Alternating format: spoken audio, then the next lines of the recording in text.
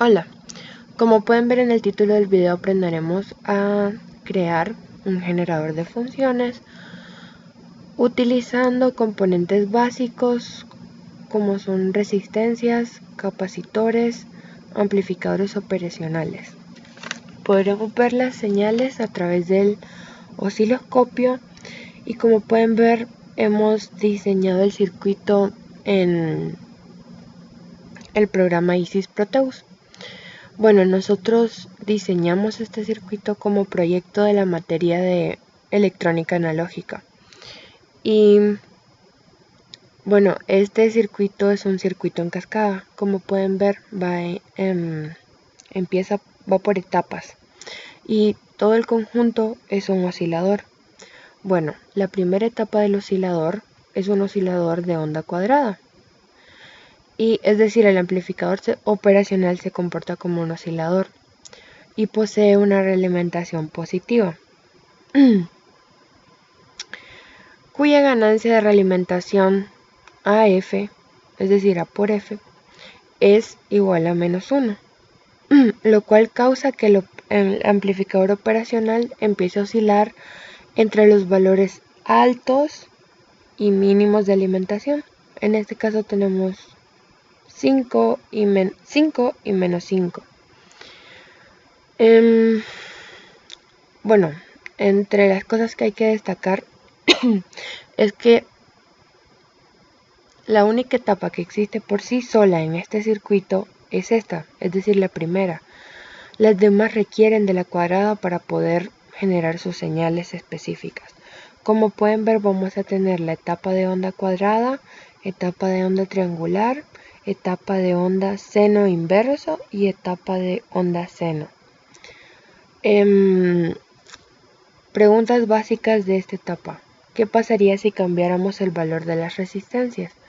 Bueno, si se cambia el valor de una de las resistencias, sea el divisor de voltaje o de la realimentación negativa, afectará el periodo de oscilación del generador, es decir, la cantidad de pulsos que va a emitir por segundo a la salida del op-amp.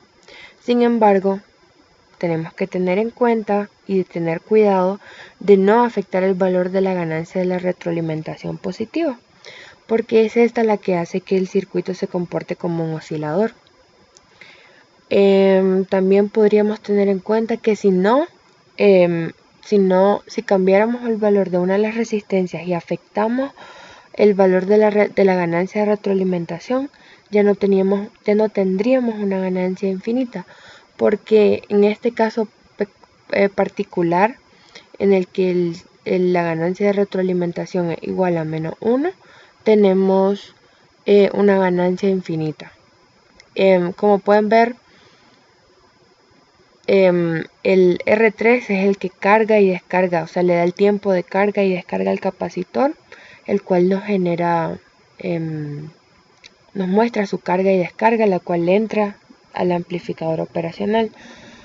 Como podrán notar, tenemos una entrada al oscilador acá llamada diente de sierra. ¿Por qué? Porque, como ustedes sabrán, un capacitor no se carga con ninguna de estas señales, ni la cuadrática, triangular, ni senoidal. Se carga con diente de sierra. Entonces, para anexársela al generador de funciones, hemos puesto la entrada del osciloscopio aquí antes del capacitor 1 para que nos mostrara la carga y descarga del capacitor.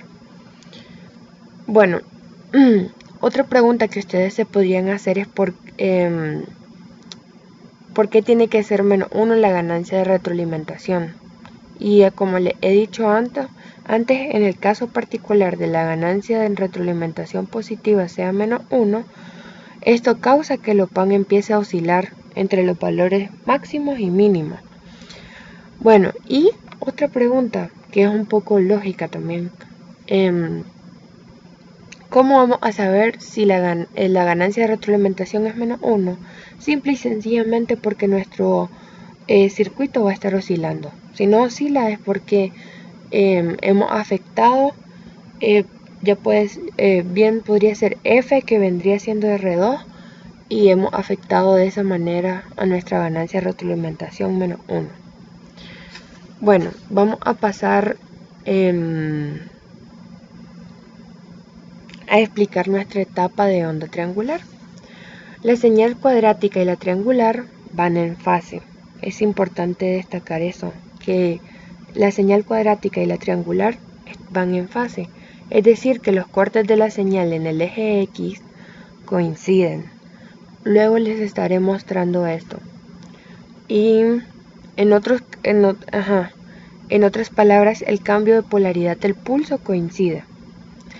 Bueno, como pueden ver, acá tenemos la fórmula.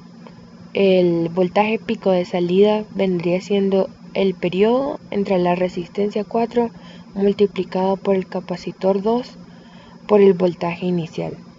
El periodo, si pueden ver acá, no tenemos la fórmula para calcularlo, y en la etapa de onda cuadrada sí.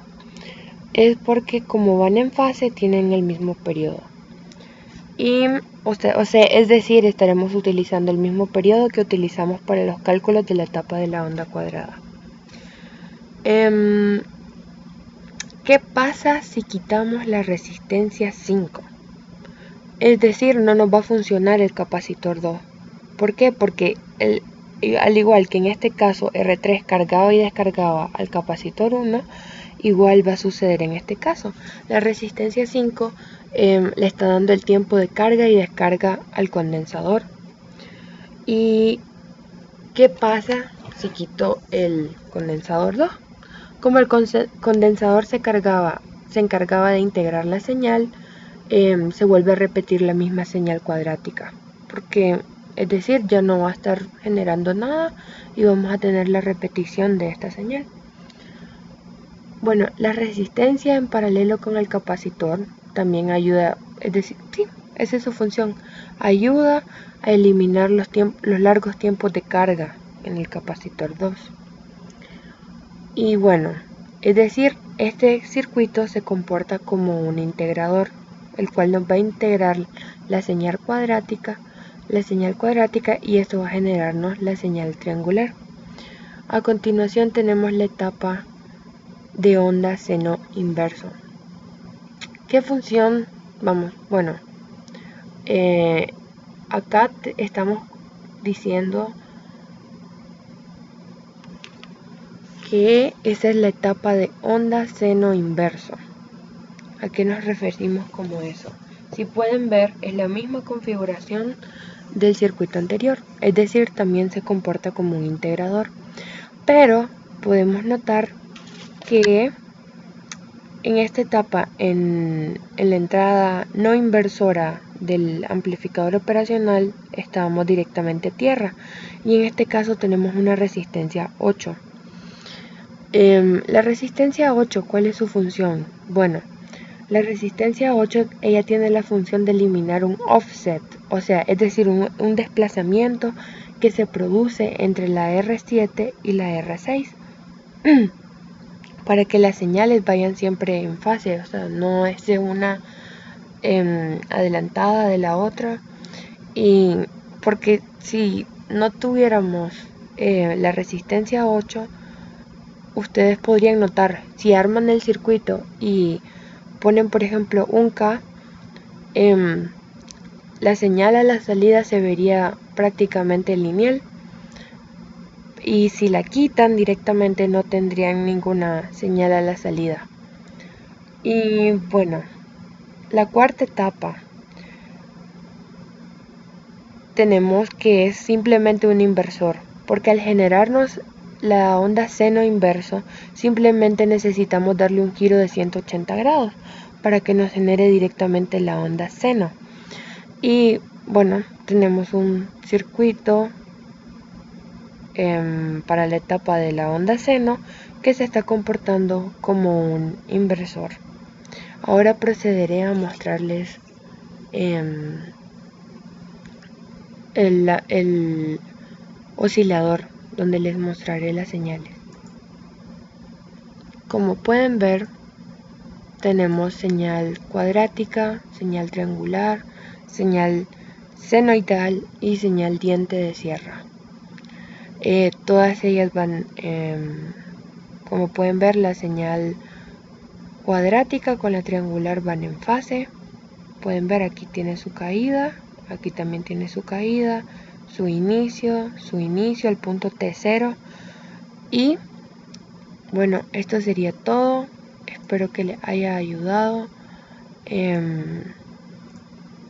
No soy una persona experta en el área de la electrónica. Estoy terminando recién mi curso de electrónica analógica, pero sé que es un proyecto que tal vez a muchos les servirá como práctica o como conocimientos extras. Y si tienen sugerencias pueden dejarlos en la cajita de comentarios y tal vez nos vemos en un próximo video. Hasta pronto.